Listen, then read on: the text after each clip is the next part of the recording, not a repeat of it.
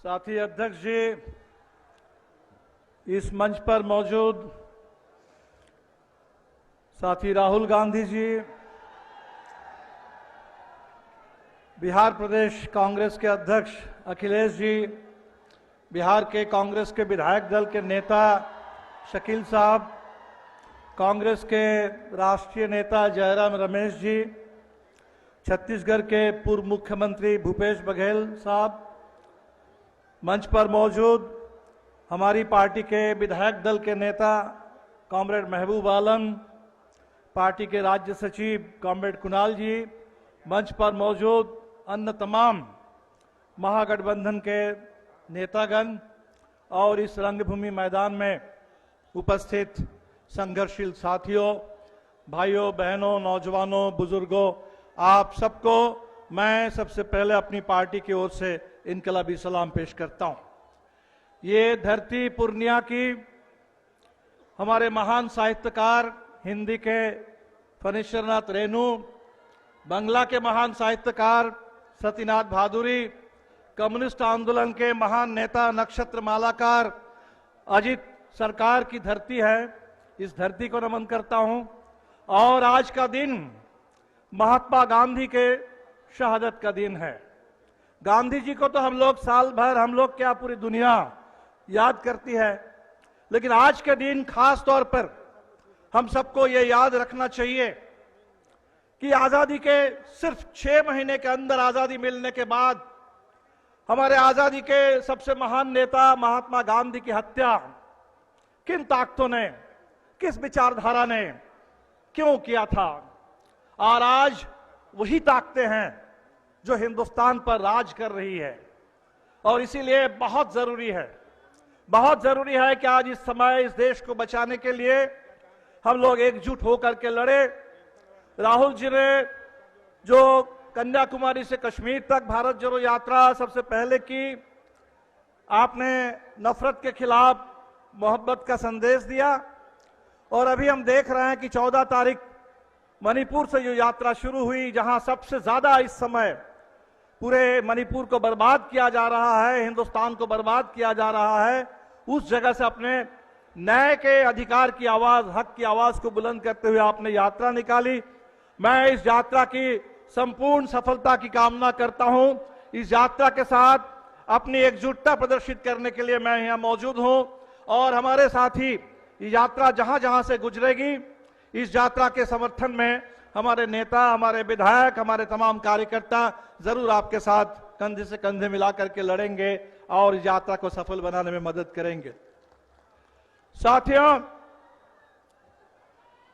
इस पूरे एक ऐसे दौर में आज हम लोग यहां इकट्ठे हैं। हमें पता है कि हिंदुस्तान में हमारे संविधान, हर रोज उस पर हमला हो रहा है, हर पहलू से। संविधान का कोई भी पहलू, अभी 26 तारीख को हमने गणतंत्र दिवस मनाया, 74 साल पूरे हो गए संविधान के। उस संविधान ने जो कहा कि हिंदुस्तान एक धर्मनिरपेक्ष, एक लोकतांत्रिक, समाजवादी, संप्रभु गणराज्य होगा, हर पहलू से उस संविधान की लगातार उसकी हत्या की जा रही है। अभी हमने देखा 22 तारीख को राम मंदिर उद्घाटन के नाम पर किस तरह से घालमेल कर दिया गया धर्म और राज्य का। संविधान के मुताबिक हिंदुस्तान के राज्य का अपना कोई धर्म नहीं है, राज्य अलग है, धर्म अलग है। लेकिन अगर आप देखेंगे कि पिछले साल जब संसद भवन का उद्घाटन हुआ, जो एक राजनीतिक कार्यक्रम था, एक राजकीय आयोजन होना चाहिए था, जहां हमारे देश की राष्ट्रपति द्रौपदी मुर्मू को होना चाहिए था, वहां राष्ट्रपति नजर नहीं आई। वहां तमिलनाडु से सारे संत पुजारी, उनको बुला के लाया गया और एक राजतंत्र के प्रतीक सेंगोल प्रधानमंत्री को दिया गया। तो जो राजनीतिक आयोजन होना चाहिए था, उसको बना दिया गया धार्मिक आयोजन। और अभी मंदिर का उद्घाटन सुप्रीम कोर्ट के आदेश के मुताबिक मंदिर बन रहा है। उस आधा अधूरा मंदिर अभी पूरा बना भी नहीं, उसके उद्घाटन के मौके पर उसको एक पूरा राजनीतिक आयोजन बना दिया गया और लगा कि नरेंद्र मोदी अपने पूरे 2024 के चुनाव अभियान की शुरुआत उस अयोध्या से राम के नाम पर कर रहे हैं। तो इस देश में सब कुछ अब उलट पुलट हो रहा है। संविधान को उलट करके अपने सर के बल खड़ा किया जा रहा है।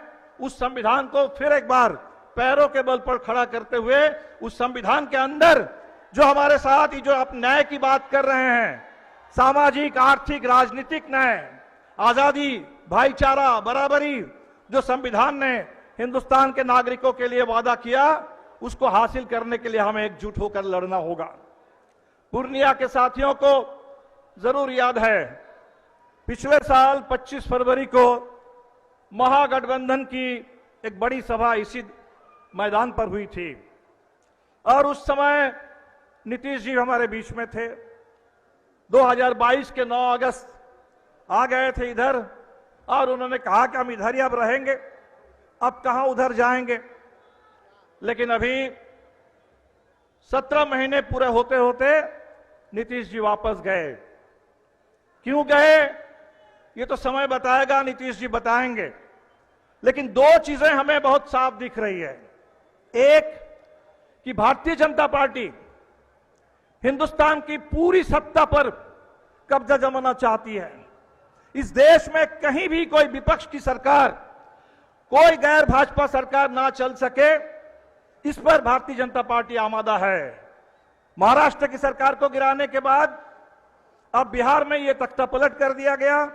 आप देख रहे हैं कि झारखंड में हमला हो रहा है, पश्चिम बंगाल में लगातार हमला हो रहा है, कर्नाटका में जहां चुन करके फिर कांग्रेस की सरकार बनी, उस सरकार के लिए आर्थिक दिक्कतें पैदा की जा रही है।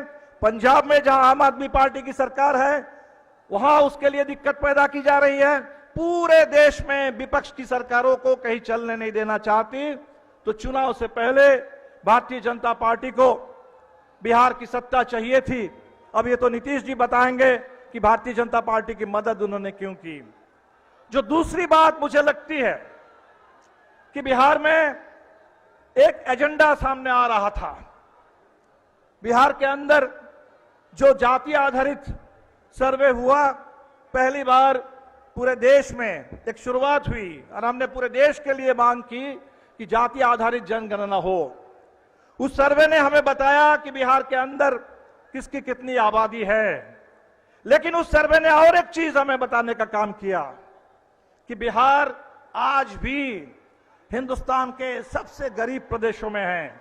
जितने भी हम विकास की बात कर लें, उस विकास के आड़ में भयंकर गरीबी बिहार के अंदर 6,000 रुपए से कम आमदनी ऐसे परिवार वो 1/3 है। और अगर 10,000 से कम आमदनी वाले परिवारों को आप देखेंगे तो लगभग 2/3। तो बात हो रही थी कि बिहार से गरीबी मिटाने के लिए हमें कदम उठाने की जरूरत है। आरक्षण की सीमा बढ़ाने की बात हुई, आरक्षण की सीमा बढ़ाने का 75% करने का फैसला हुआ। शिक्षकों की नियुक्ति हुई, पक्की नौकरी की बात शुरू हुई नौजवानों के लिए। तो हमें लगता है कि बिहार से जो एजेंडा बन रहा था, रोजगार का, सामाजिक न्याय का, जाति आधारित जनगणना का, इस पूरे एजेंडे को खत्म करने के लिए, डाइवर्ट करने के लिए आज ये तख्ता पलट किया गया है। हमारी पार्टी भी हमने 24 तारीख से 30 तारीख तक का एक अभियान लिया था। 24 तारीख कर्पूरी ठाकुर जी के जन्म शताब्दी वर्ष के मौके पर समस्तीपुर जाकर के हमने शुरू किया। बिहार आज भी कर्पूरी जी को याद करता है। 2 बार मुख्यमंत्री बने थे, लंबे समय तक राज करने का मौका नहीं मिला, कुछ ही समय के लिए मिला। लेकिन जब मौका मिला, उन्होंने आरक्षण की शुरुआत की। उस आरक्षण के अंदर पूरे मुस्लिम समाज के बहुत सारी जातियों को भी उन्होंने शामिल किया, महिलाओं को शामिल किया, शिक्षा के विस्तार के लिए काम किया और जेलों से राजनीतिक बंदियों को रिहा करने के लिए काम किया। कभी समझौता नहीं किए कुर्सी बचाने के लिए। तो आज हमारे नीतीश जी जो बिहार में अभी तक 9 बार शपथ ले चुके हैं, पता नहीं और कितनी बार शपथ लेना चाहते हैं, तो सबसे ज्यादा शपथ लेने वाले और बिहार में पिछले 17 साल से मुख्यमंत्री बने हुए हैं, 17 से ज्यादा। तो आज नीतीश जी जब नाम लेते हैं कर्पूरी ठाकुर जी के, तो हम तो कहेंगे कि भाई कर्पूरी जी एक संघर्ष के प्रतीक थे।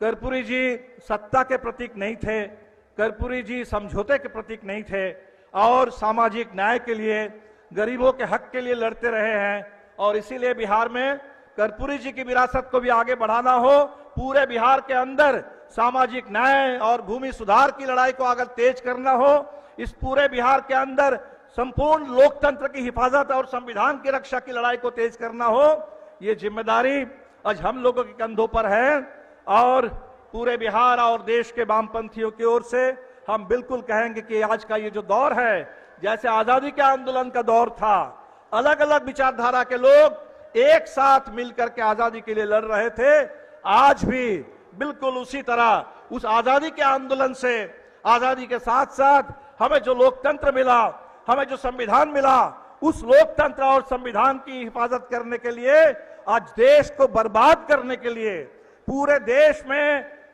एक देश को तहस नहस कर देने के लिए जो भारतीय जनता पार्टी और आरएसएस की साजिश चल रही है, इस साजिश को चकनाचूर करने के लिए आज हमें एक होना पड़ेगा। गांधी जी की विरासत, इस देश के अंदर अंबेडकर की विरासत, इस देश के अंदर भगत सिंह की परंपरा, इस देश के अंदर अंबेडकर पेरियार की परंपरा, इन तमाम परंपरा को मानने वाले लोग, विचारों को मानने वाले लोग मिलकर के लड़ना होगा। और हमने जो लड़ने के लिए इंडिया गठबंधन बनाया, बिहार के अंदर पहले से महागठबंधन था, वो महागठबंधन है, इंडिया गठबंधन है और रहेगा। और मजबूती से लड़ते हुए भारतीय जनता पार्टी को 24 के चुनाव में बिल्कुल हम लोग करारी शिकस्त देंगे और इस देश को बचाने का काम करेंगे। आपने हमें मौका दिया, आमंत्रित किया, मैं खरगे जी का आभार प्रकट करता हूं, राहुल जी का भी आभार व्यक्त करता हूं और आप सबों का बहुत बहुत शुक्रिया। इनकलाब जिंदाबाद।